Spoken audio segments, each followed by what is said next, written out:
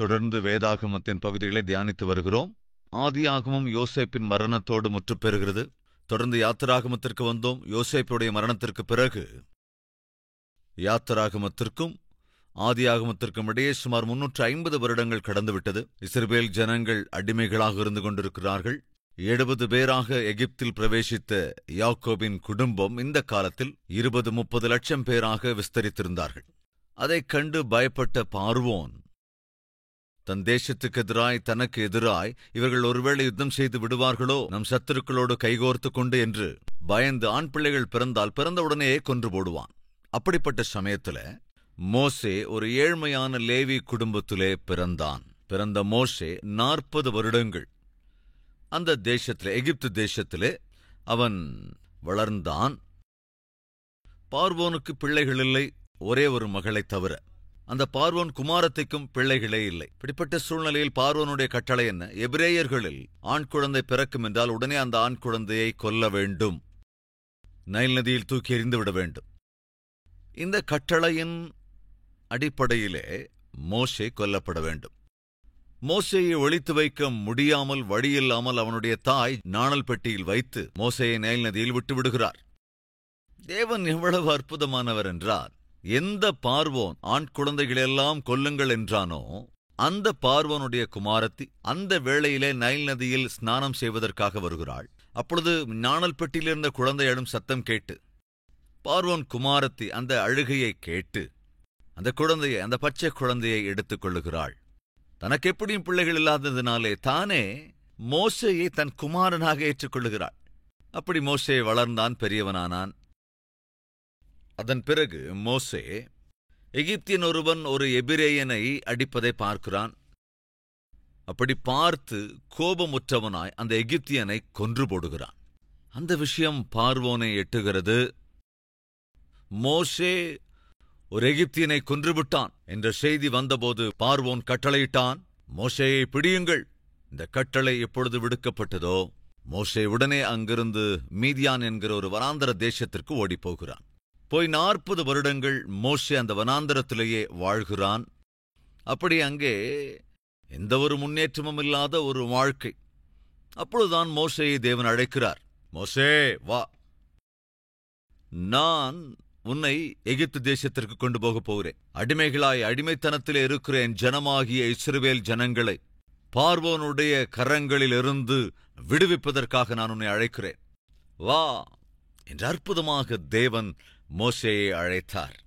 மோசே தேவனுடைய அழைப்பை ஏற்றவனாய் எகிப்து தேசத்திற்கு வருகிறான். மோசேயும் மோசேயின் சகோதரன் ஆரோனும் சேர்ந்து பார்வோனுக்கு எதிராய் நின்றார்கள். தேவனுடைய ஜனமாகிய இஸ்ரவேல் ஜனங்களை உன்னுடைய பிடியிலிருந்து, உன்னுடைய அடிமைத்தனத்திலிருந்து விடுவிக்க வேண்டும், அவர்களை விட வேண்டும் என்று அவனிடத்திலே சொல்லுகிறார்கள். நாங்கள் எங்கள் தேவனை ஆராதிக்க வேண்டும், எங்கள் தேவனை சேவிக்க வேண்டும், நீ விட வேண்டும், நாங்கள் போக வேண்டும். பார்வோனுக்கு பயங்கர கோபம். இஸ்ரவேல் ஜனங்களை விடுவிக்க வேண்டும் என்று நீங்கள் ஆசைப்படுகிறீர்கள், ஆனால் அந்த கர்த்தர் யார்? அவர் யார் என்று எனக்கு தெரியாது. எனவே இந்த ஜனங்களை நான் அனுப்ப மாட்டேன் மறுத்துவிட்டான்.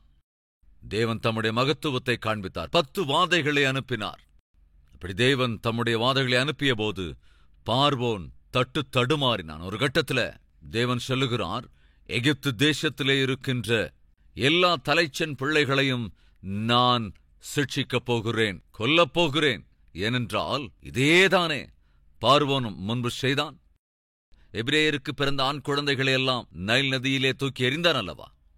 அவன் செய்த அந்த பாவ காரியத்தினாலே இப்பொழுது எல்லா வீடுகளிலும் ஆண் குழந்தைகள், அதிலும் முதல் பேரான குழந்தைகள், அவர்கள் உயிரை இழக்கக்கூடிய சூழல் உண்டாயிற்று. அதே சமயத்தில் இஸ்ரவேல் ஜனங்களிலே இருக்கின்ற ஆண் குழந்தைகளும் கூட மரித்து போக வாய்ப்புண்டு. ஏனென்றால் எல்லா வீடுகளிலும் மரண ஓலம் கேட்கவிருக்கிறது. செய்த பாவத்திற்காக தேவன் சிட்சிக்கப் போகிறார். அப்படிப்பட்ட சூழலில் தேவன் என்ன சொன்னார் என்றால், சங்கார தூதன் உங்கள் வீடுகளிலே வந்து மரண சிக்ஷை விதிக்காமல் இருப்பதற்கு நீங்கள் செய்ய வேண்டியது என்னவென்றால் என்று இஸ்ரவேல் ஜனங்களுக்கு எவ்விதத்திலே மரண சிக்ஷையிலிருந்து தப்பித்துக் கொள்வது என்பதை தேவன் விவரித்தார். நீங்கள் ஒரு ஆட்டுக்குட்டியை அடிக்க வேண்டும். இப்படி அடிக்கப்படுகிற ஆட்டுக்குட்டியினுடைய இரத்தத்தின் அடையாளம் உங்கள் வீட்டு நிலைக்கால்களிலே அடையாளமாக பூசுங்கள். எப்பொழுது சங்கார தூதன் ஒவ்வொரு வீட்டையும் கடந்து சிட்சிக்கிற வேளையிலே எந்த வீட்டு நிலைக்கால்களிலே இரத்தத்தின் அடையாளம் இருக்கின்றதோ, பூசப்பட்டிருக்கின்றதோ, அந்த வீட்டில் பிரவேசிக்க மாட்டான். இன்று இஸ்ரவேல் ஜனங்களுக்கு தேவன் எவ்விதத்தில் சிட்சையிலிருந்து தப்பித்துக் கொள்ள வேண்டும் என்பதை அறிவுறுத்துகிறார். நீங்கள் ஒன்றும் பரிசுத்தவான்கள் அல்ல. எகிப்தியர்கள் எப்படி பாவ வாழ்க்கை வாழ்கிறார்களோ அதே போலதான் நீங்களும் இருக்கிறீர்கள்.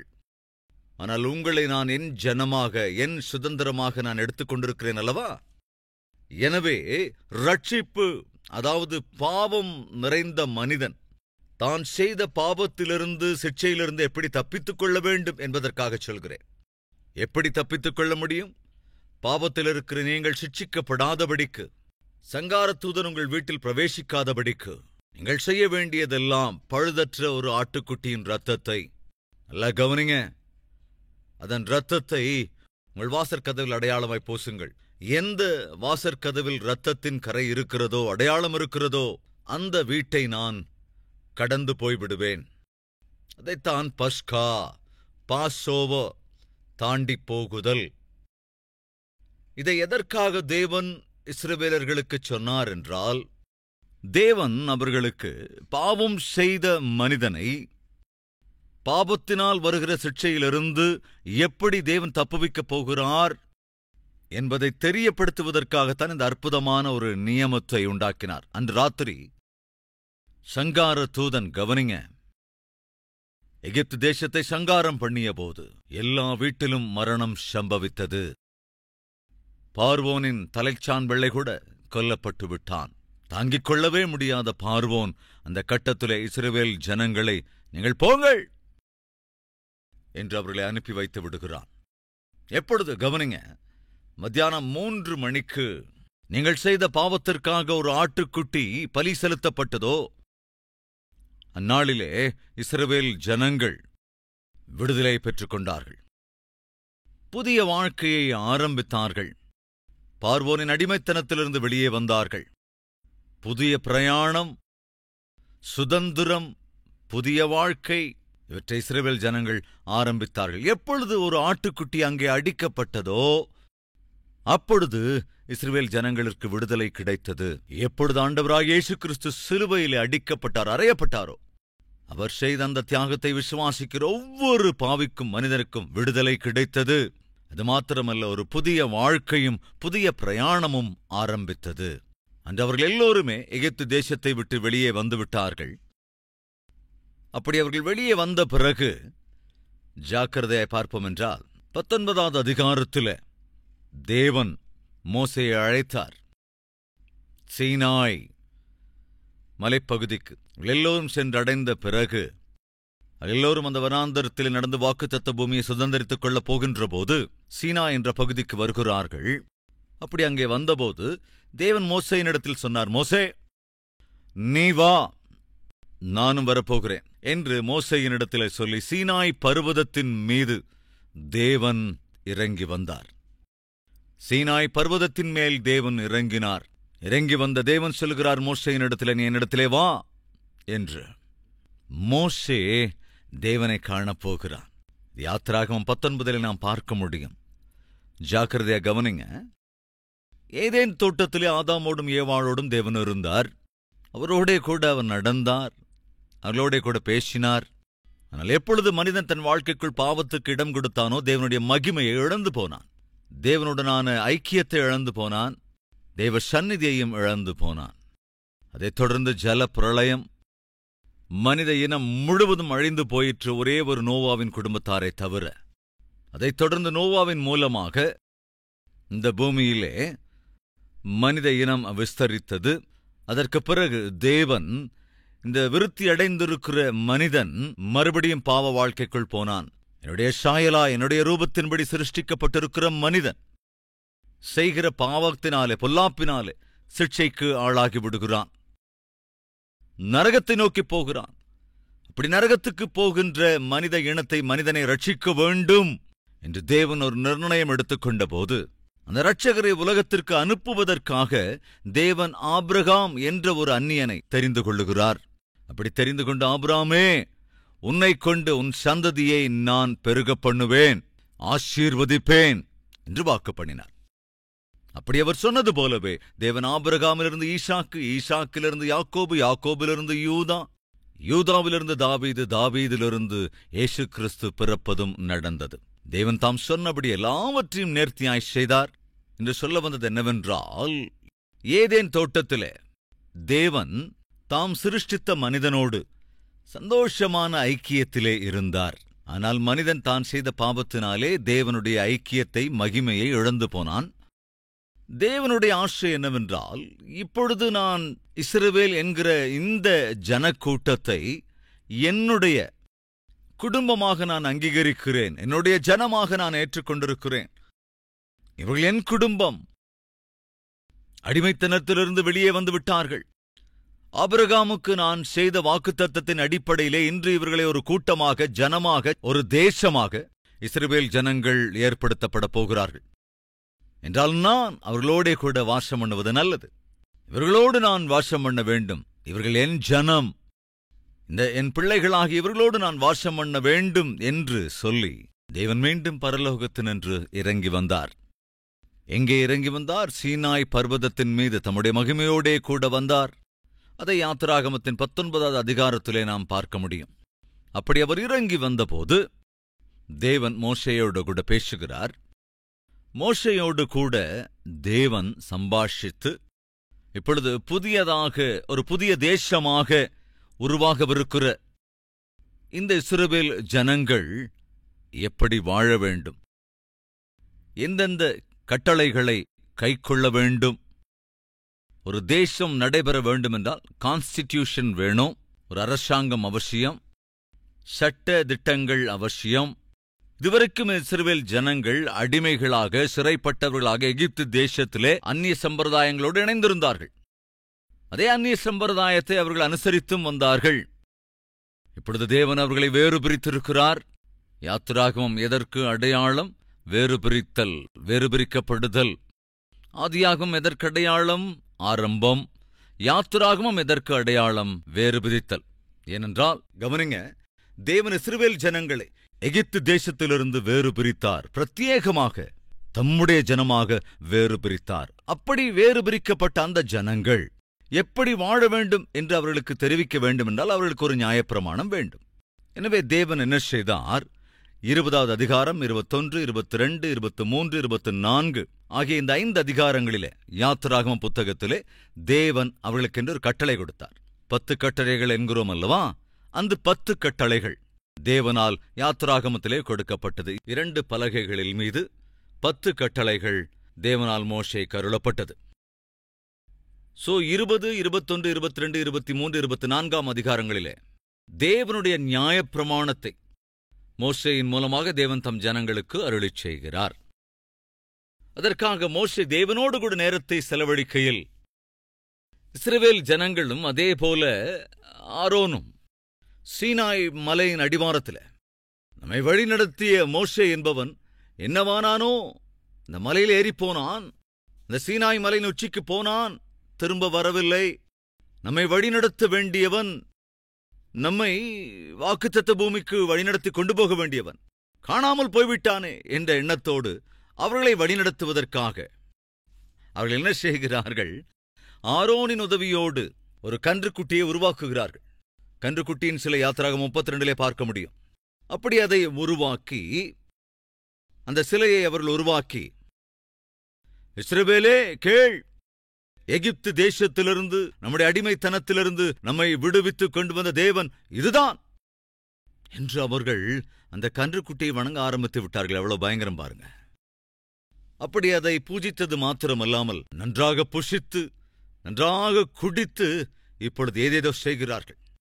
மோசே தன்னுடைய 2 கைகளிலே அந்த பலகையை பிடித்துக்கொண்டு சீனாய் பர்வதத்திலிருந்து கீழே இறங்கி வருகையில் தன் பார்வைக்கு மிகவும் அருவருப்பான ஒரு நிலைமையில இஸ்ரவேல் ஜனங்களை அவன் பார்த்தபோது கோபமூண்டவனாய் அந்த பலகை கூட உடைத்து போடுகிறான். தேவனுக்கும் கோபம் மூண்டது. பாவத்தின் அடிமைத்தனத்தில் இருக்கிற இவர்களை பார்வோனுடைய கரத்திலே அடிமைகளாக இருந்த இவர்களை விடுவித்து ஒரு தேசமாக இவர்களை ஏற்படுத்தி வாக்குத்தத்த பூமிக்குள் பிரவேசிக்க பண்ணி இவர்களை என் சொன்ன ஜனமாக ஏற்றுக்கொண்டு இவர்கள் மூலமாக எல்லா ஜனங்களையும் ஆசீர்வதிக்க வேண்டும் என்று நான் ஆசைப்பட்டு எகிப்து தேசத்திலிருந்து விடுவித்தால் இப்பொழுது இவர்கள் என்னை மறந்து போய் இவ்வளவு சீக்கிரத்தில் என்னை மறந்து போய் ஒரு கன்றுக்குட்டியின் சிலையை உருவாக்கி அதை சேவித்த போது தேவனால் தாங்க முடியவில்லை. யோசித்து பார்த்தால் தேவன் அவர்களை அழித்திருக்க வேண்டும் என்ற தீர்மானத்திற்கு வந்திருக்க வேண்டும். ஆனால் அவர் தாம் செய்த உடன்படிக்கையினாலே அதை நினைவு கூர்ந்தார். மோசேயினுடைய ஜெப விண்ணப்பத்தினாலே தேவன் பொறுமை காத்தார். சிட்சிக்கப்பட வேண்டிய அவர்களை சிட்சிக்காமல் அவர்களுக்கு இரக்கம் காட்டினார். அதோடு மோசேயினிடத்திலே சொன்னார், மோசே, நான் உங்களோடு இருக்க விரும்புகிறேன். அதனால்தான் நான் சீனாய் பர்வதத்துக்கு இறங்கி வந்தேன். ஆனால் இந்த ஜனங்கள் எல்லோருமே அந்த பர்வதத்துக்கு மேல் வர முடியாது, என்னை தேடி வர முடியாது. ஆனால் உன்னால் வர முடிந்தது. ஏனென்றால் உன்னை நான் தெரிந்து கொண்டிருக்கிறேன். எல்லோரும் சீனாய் பர்வதத்திற்கு வர முடியாது என்பதனால் மோசே, நானே இறங்கி வருகிறேன். நான் இறங்கி வந்து உங்களோடு இருக்கிறேன் என்றால் நான் என்ன செய்ய வேண்டும் ஆண்டவரே? எனக்காக ஒரு ஆசரிப்பு கூடாரத்தை நீ உருவாக்கு. இஸ்ரவேலர்களுக்கு மத்தியிலே நான் வாசம் பண்ண வேண்டும் என்று விரும்புகிறதினாலே ஒரு ஆசரிப்பு கூடாரத்தை உருவாக்கு என்று தேவன் மோசேயினிடத்திலே ஆசரிப்பு கூடாரத்தை எப்படி உருவாக்க வேண்டும், அதற்குரிய டைமென்ஷன்ஸ் எல்லாவற்றையும் அற்புதமாக தெரியப்படுத்தினார். தேவன் சொன்னபடியே மோசே ஆசரிப்பு கூடாரத்தை உருவாக்கினான். அப்படி ஆசரிப்பு கூடாரத்தை உருவாக்கிய போது சீனாய் பர்வதத்தின் மீது இருந்த தேவன், அதாவது முதலில் பரலோகத்திலிருந்த தேவன் சீனாய் பர்வதத்திற்கு இறங்கி வந்தார். அவர் சீனாய் பர்வதத்திலே இறங்கி வந்தபோது அவருடைய மகிமை அந்த பகுதி எல்லாவற்றையும் மூடியது. சீனாய் பர்வதமே ஷேக்காகி போனது. ஜனங்கள் எல்லோரும் தேவனுடைய மகிமையை கண்டார்கள். அப்படி மகிமையின் ரூபமான தேவன் சீனாய் பர்வதத்திலிருந்து இப்பொழுது ஆசரிப்பு கூடாரத்திற்கு இறங்கி வருகிறார். தேவனுடைய மகிமை ஆசரிப்பு கூடாரத்தின் மீது ஆட்கொண்டிருந்தது. அந்த ஆசரிப்பு கூடாரத்துக்குள் மோசே போக வேண்டும் என்று முயற்சி செய்தானால் போக முடியவில்லை. யாத்திராகமத்தினுடைய கடைசி அதிகாரம் இதோ இந்த சம்பவத்தோடு கூட முடிகிறது. வாசிக்கலாம். யாத்திராகமம் கடைசி அதிகாரம் 34வது வசனம். அப்பொழுது ஒரு மேகம் ஆசரிப்பு கூடாரத்தை மூடினது. கர்த்தருடைய மகிமை வாசஸ்தலத்தை நிரப்பிற்று. மேகம் அதன் மேல் தங்கி கர்த்தருடைய மகிமை வாசஸ்தலத்தை நிரப்பினதினால் மோசே ஆசரிப்பு கூடாரத்திற்குள் பிரவேசிக்க கூடாமல் இருந்தது. தேவனுடைய மகிமை இறங்கி வந்தது. தேவனே ஆசரிப்பு கூடாரத்திற்குள்ளே வாசம் பண்ணினது. தேவனே மனிதர்களுக்கு மத்தியில் இறங்கி வந்து அவர்களோடு வாசம் பண்ண வேண்டும் என்று எண்ணியது. அப்படி எண்ணியபடியே தேவன் இறங்கி வந்தது. யாத்திராகமத்தோடு முடிவு பெறுகிறது. தொடர்ந்து லேவியர் ஆகமத்தை நாம் பார்க்கும்போது லேவியர் ஆகமம் நமக்கு எதை கற்றுத்தருகிறது? ஜாக்கிரதையா கவனிக்கணும். தேவன் மனிதர்கள் நடுவிலே வந்துவிட்டார். இஸ்ரவேலர்கள் வாசம் பண்ணின அந்த பாளையத்திலே ஆசரிப்பு கூடாரத்திலே தேவன் வாசம் பண்ணுகிறார். ஆனால் ஒருவராலும் அந்த ஆசரிப்பு கூடாரத்திற்குள் பிரவேசிக்க முடியவில்லை. காரணம் என்னவென்றால் அவர் பரிசுத்தர். யாருங்க அவரு? பரிசுத்தர், பரிசுத்தர், பரிசுத்தர். மகா பரிசுத்தமுள்ளவரான தேவனுடைய அந்த மகிமைக்குள் சாதாரண மனிதனால் பிரவேசிக்க இயலாது, முடியாது. அப்ப எப்படி பிரவேசிக்க முடியும்? எப்படி தேவனிடத்திலே போக முடியும்? போவதற்கு என்ன செய்ய வேண்டும்? இவற்றை லேவியராகமம் விளக்குகிறது. லேவியராகமம் என்று இந்த பெயர் இருப்பதால் மட்டுமே இது லேவியர்களுக்கு சம்பந்தப்பட்ட ஒரு ஆகமமாக, லேவியருக்கு சம்பந்தப்பட்ட புத்தகமாக மட்டும் நினைக்கக்கூடாது. ஏனென்றால் இது ஏதோ லேவியர்களுக்கு சம்பந்தப்பட்டது மாத்திரமல்ல, இஸ்ரவேல் ஜனங்களுடைய கூட்டத்திற்கே இது சம்பந்தப்பட்டது. எனவே லேவியர் ஆகமத்திலே நாம் முக்கியமாக தெரிந்து கொள்ள வேண்டிய 3 பாடங்கள் என்னவென்றால், தேவனை எப்படி சேர்ந்து கொள்வது, 2வது தேவனை எப்படி ஆராதிப்பது, 3வது தேவனை எப்படி சேவிப்பது. ஜாக்கிரதையா கவனிங்க. யாத்திராகமம் எதற்கு அடையாளம்? ரட்சிக்கப்பட்ட இஸ்ரவேல் ஜனங்களுக்கு அடையாளமா இருக்கிறது. லேவியராகமம் எதை காட்டுகின்றது என்றால், ரட்சிக்கப்படுகின்றவர்கள் எப்படி தேவனை ஆராதிக்க வேண்டும் என்பதை காட்டுகிறது. இன்னும் சிம்பிளிஃபை பண்ணா, யாத்திராகமம் எப்படி ரட்சிக்கப்பட வேண்டும் என்பதை தெரிவித்தால், லேவிய ராகமம் எப்படி தேவனை ஆராதிக்க வேண்டும் என்பதை காட்டுகிறது. அதாவது ரட்சிக்கப்படுகின்ற ஒவ்வொருவரும் அதன் பிறகு என்ன செய்ய வேண்டும்? தேவனை ஆராதிக்க வேண்டும், தேவனை சேவிக்க வேண்டும், தேவனை சேர்ந்து விட வேண்டும். எப்படி தேவனை சேர்ந்து கொள்வது? எப்படி தேவனை சேவிக்க வேண்டும்? எப்படி தேவனை ஆராதிக்க வேண்டும்? இவைகளை லேவிய ராகமத்தில் பார்க்க போகிறோம். ஜெபிக்கலாமா? வாருங்கள், எல்லோரும் ஒருமனப்பட்டவர்களாய் தேவனையை நோக்கி பார்க்கலாம். ஜெபம்.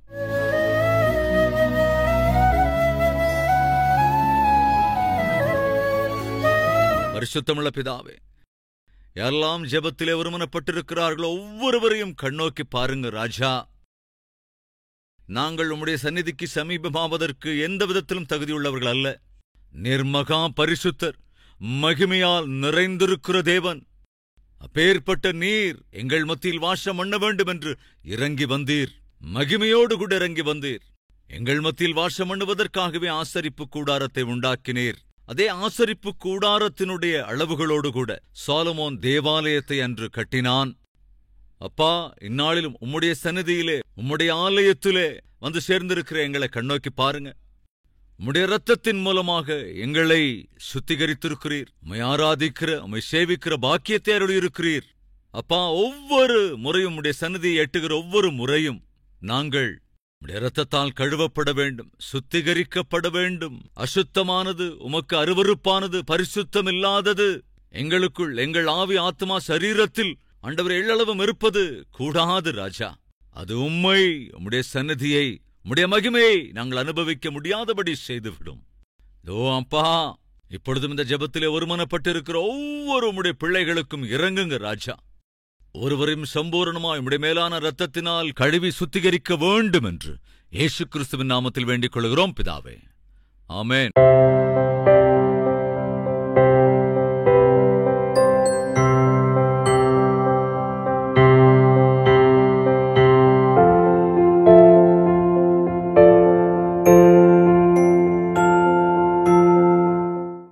எங்கள் முகவரி: கல்வரி, தபால் பெட்டி எண் 30, குக்கட்பள்ளி, ஹைதராபாத் 72.